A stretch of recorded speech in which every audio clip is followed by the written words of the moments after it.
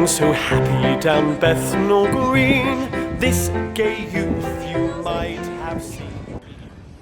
Hello, welcome to another episode of Jackson's Jolly History Walks. We are here back in London after 3 years. We haven't been in London for 3 years. The only reason why we're doing this today is because my honorary father is currently very unwell. So he's requested that we put together a string of videos so we can bring London to him. So today's video is going to be about Westminster, and we're going to work our way from here, St James's Park, through Westminster to Whitehall and down towards Westminster Abbey and the Houses of Parliament. So we're here in St James's Park, which was laid out by King Henry VIII as a sort of deer park. And James I put elephants, crocodiles, ducks, camels. So Charles II, my favourite king, opened this little canal here, and he kind of used it for his ducks. He used to swim in this canal bit, and he used to catch the ducks and roast them for his din-dins.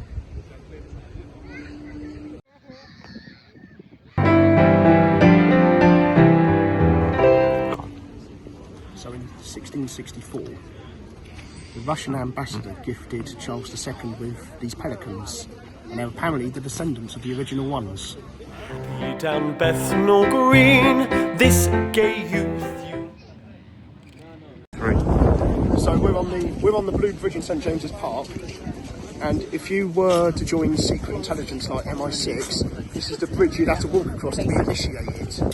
We're going to head down there right now.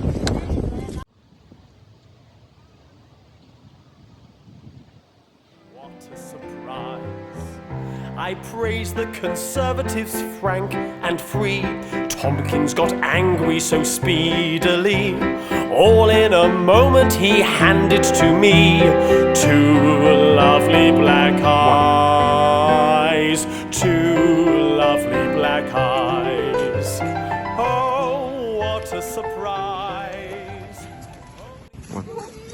So over there is Duck Island, okay? And in the 1600s, Charles II had to make someone the governor of Duck Island called Charles Evrémonde. And Evrémonde was in exile from France. And Charles II, all he could give him was to be governor of Duck Island. He's like, oh yeah, that's a really cool title. Make me governor of Duck Island. But the French knew clearly what they meant by governor of Duck Island. And Charles Evrémonde was living on a pension of £300 a year, which was quite a lot in those days. So, a drink called champagne that this Charles Evrémonde introduced here, except in those days it was this flat thing. They haven't made this secondary fermentation device because the French glass wasn't strong enough. But the English glass was strong enough. And this English guy called Christopher Merritt from the Royal Society explains just how you do it. So, champagne was invented in England. We got there first.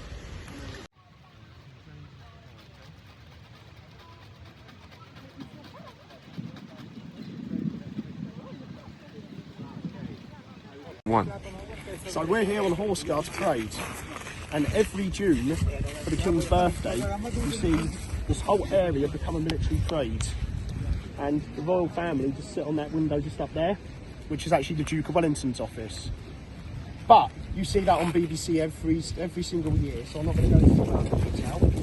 That building there is part of the Admiralty, and during the American War of Independence, when the British surrendered to the Americans, Charles Cornwallis conveyed the semaphore just up there, saying that the troops had surrendered. And then he got one of his messengers to run all the way to Pall Mall, and he had to tell the Prime Minister. Speedily, all in a moment he handed to me 2 lovely black eyes. So we're on our way to the Admiralty pub. So whenever we're in London, we have this tradition with my dad. You know the tradition, don't you, Kieran? Yep. And that tradition is we're going to go into the Admiralty, which is one of my dad's favourite pubs. And we're going to go in there and have a London Fried. You hear that, Dad? A London Fried, yeah? Go on.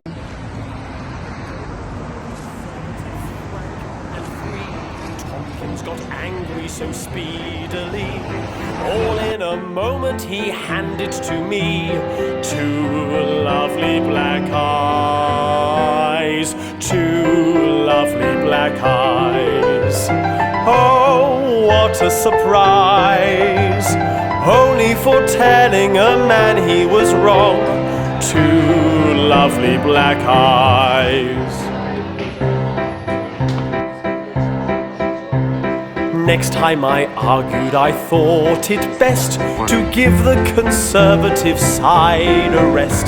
The merits of Gladstone I freely pressed, when oh, what a surprise! The chap I had met was a Tory true, nothing the Liberals right could do.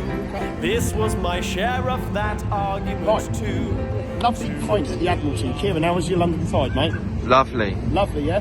So, we are in Trafalgar Square now. I've spoken about this before, so I'm not going to go into too much detail.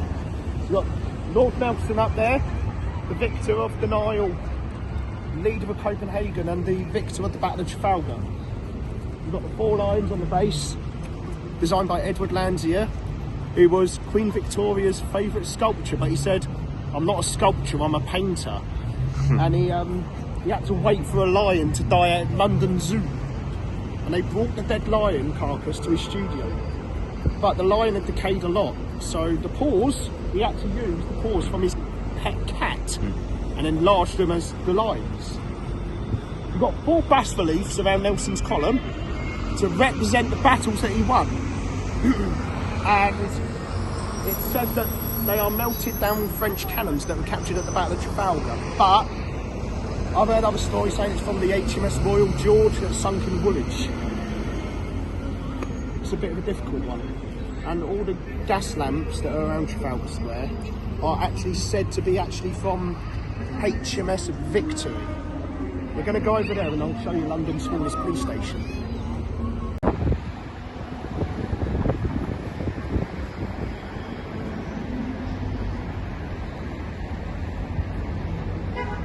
So behind me is what is known as London's oldest statue.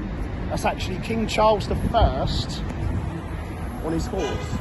There's a reason why he looks so short. Because when he was executed down there by the banqueting house, which we'll go down there in a minute, they melted down the statue, the Roundheads, and they sold the scrap metal to someone. But the person that was selling this scrap metal was selling them off as trinkets. The cheeky bastard. But when Charles II was reincarnated to the throne, he brought the statue back. Huh?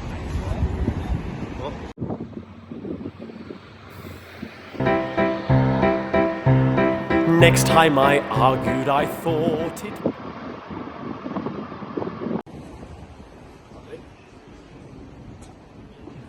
So we're on somewhere called a road called Scotland Place, and on Harry Potter and the Deathly Hallows Part 1.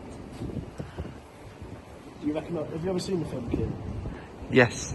Okay. So I'm going to explain it better now.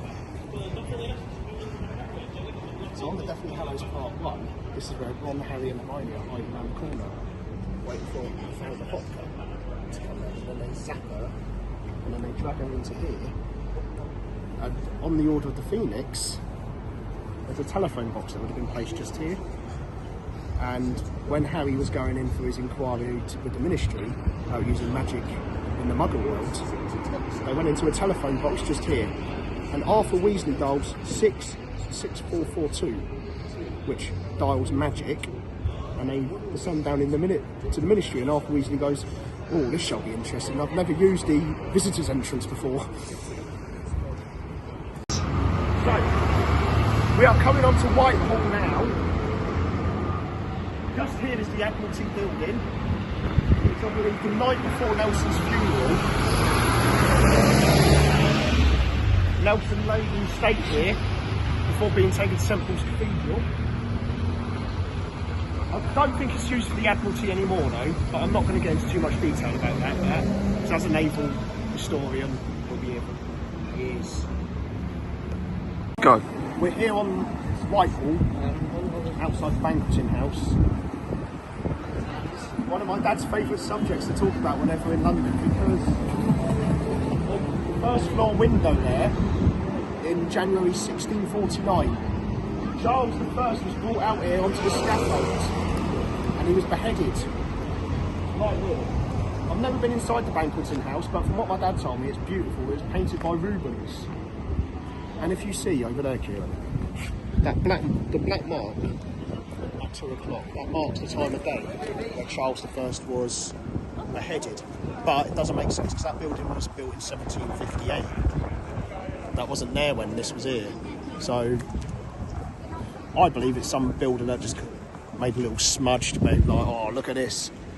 But I think it's bollocks. But bollocks is actually a very English term. Shall we describing how rubbish something is, you say, oh, that's bollocks, I hate that. It's bollocks. But when you're describing how good something is, it's actually known as the dog's bollocks.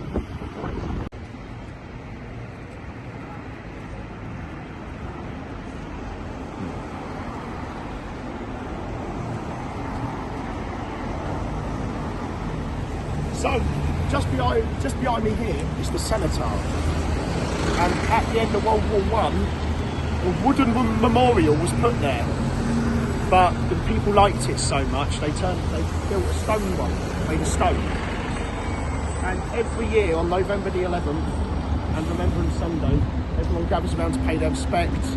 You've got the white ensign of the Royal Navy, the Union flag for the British Army, and I believe that is the RAF ensign. So all three forces. Kieran, what 3 words does the cenotaph have on it? The glorious dead. The glorious dead, yes. So we're going to stop filming now for this to pay our respects.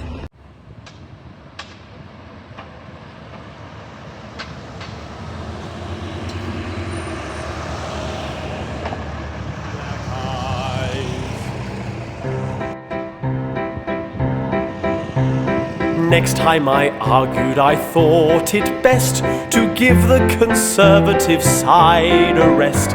The merits of Gladstone I freely pressed when, oh, what a surprise. The chap I had met was a Tory true. Right, so we're just outside the Palace of Westminster, which is what you know it as, the House of Parliament. Oliver Cromwell.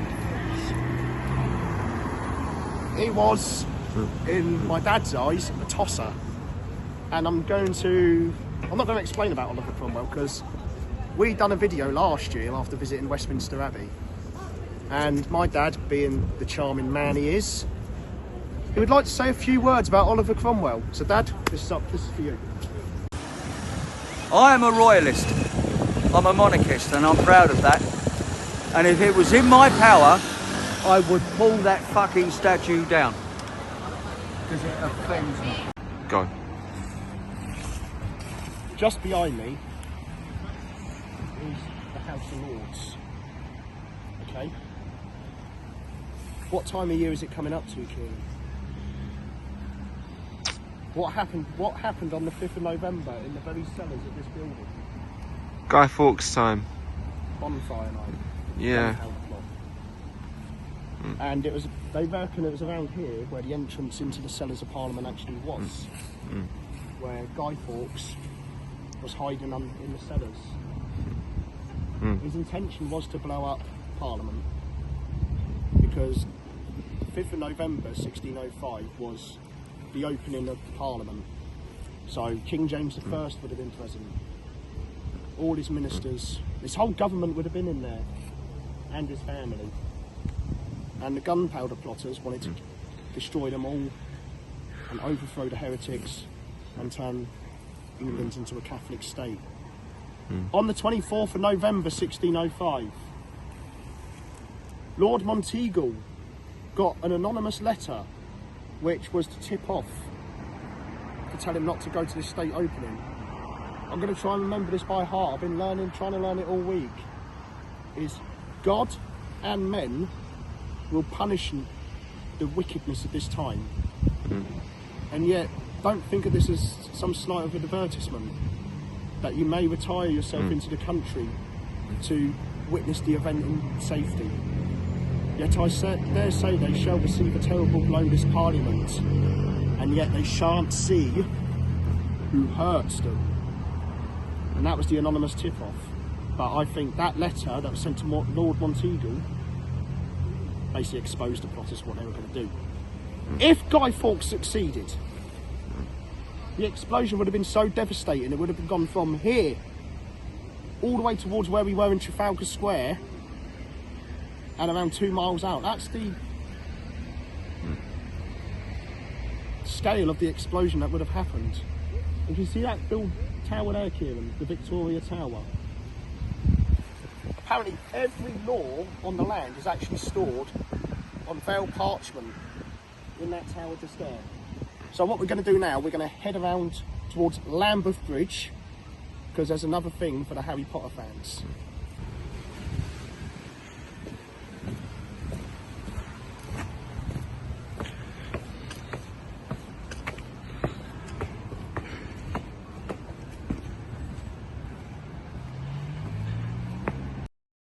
Right, Lambeth Bridge. Kieran, quick question. Did you get me walking up the stairs? Yes. I do apologise, I'll walk up the stairs like some kind of weirdo. This is another one for the Harry Potter fans. Lambeth Bridge. If you've seen The Prisoner of Azkaban, this is the bridge where the night bus goes tearing across. And it has to narrow itself to squeeze through all the cars in there. And Lambeth Bridge is red because it represents the seats in the House of Lords. And Westminster Bridge, which is over there, we can't see it, that's actually painted green to match the seats of the House of Commons.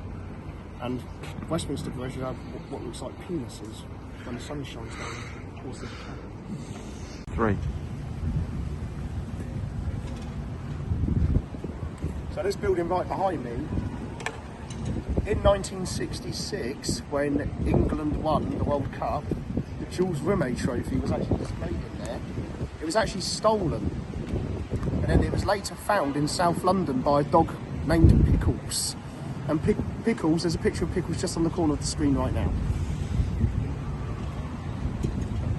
There is the most iconic landmark probably in the world. That is the Elizabeth Tower. People call it Big Ben, but Big Ben is actually the name of the bell that's actually situated inside the tower. You can go for tours up there. Kieran, did you know can you guess where the bell was actually manufactured? In Whitechapel. Probably around the same time as the Riddler. Right, we're going to wrap this video up now, and we're going to go and have a pint of the King's Finest in St Stephen's Tavern. Kieran, you up for a drink, my friend? The rounds are on you. Two lovely black eyes, two lovely black eyes. Oh, Cheers, Kieran. what a surprise! Cheers, James. Thank you for having Only me for today. telling a man he was wrong. Thank you so much for watching. Lovely black If you're new to the channel, don't forget eyes. to hit the subscribe button, and you'll get loads of videos, all interesting about London. There goes Big Ben.